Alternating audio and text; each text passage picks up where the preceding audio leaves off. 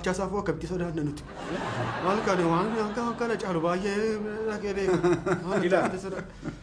maal ani dhiira imimmaan qoorsu malee dhiira imimmaan roobsu. Maal? Natti hin tolu. Imimmaan maaltu fide maal kana caalu iyyuu baay'ee.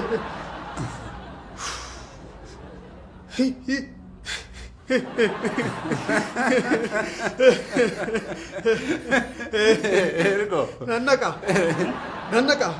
Kanaaf deemii. Isaaniin ajjeesee masheen kaafidee dhufu moo nagaa malee. Maallaqa qofa kenniteefi intala tii akkanaaf fidee dhuftu hin barbaadu. Haa ta'u. Waan ta'uu malu sana booda taasisa. Haadha manaa ofiif gatiin baasan ta'an amma eeguuf gatii baasu. Eenyuuf gatii baasu. Garuutuma wajjin dhannee wayyaa koloneel abbaatii. Ambar daboo barbaadee miti kanan dhufe. Kophaa koo dhaquu sodaadhee miti kanan dhufe. Kan sodaadhee si ergaan jiru. Maal beeka isin goota? Amma kan jedhamu kaadhimaan ishee fidee dhufee fuudhee adeemudha. Haa ta'u kaadhimaa biraa hin qabduu laata ishee? Ergo. Maal dhaqaan jira? Pereperamin. Dhaqaan jira maali? Dhiira ta'e. Haa ta'u. Maali? Haa ta'u dudduubuma kottaa qaba. Sirraas keessa dhaggeeffadha sin jedhera. Asiif achi mittiqqee akka hin dabne adara. Hin dabu. Fuuluma duraan inni talee. Akkuma isaan jedhanitti dhaqii maallaqa kennii fi intala xiyyaarraa laafu. Haa ta'u. Sana booda karaa seeratiinis karaa heeratiinis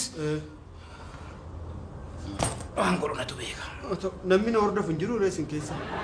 Ergo. Deemi.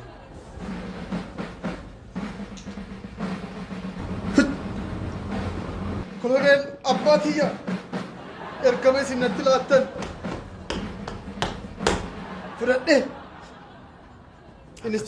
tiraaktar kana keessa na guutan akka jettanii obsaa fayyad margee fayyad akka jettanii kaadhimaasaa baraaruuf dhaqee wareegamee jedhaatti mana kana immoo maqaa kootiin moggaasa maalan godha isin deebi'oo ta'an. Ergo dhiira ta'eeti deemi bakka jedhamu. Maallaqa kennitee fidee dhuftaa. Hojogaa!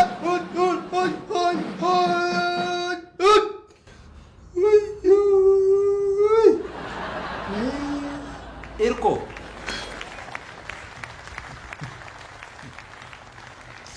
Ani kan jedhu. Achumaa gaa isla. Achumaa gaa. Inga. Karaatti akka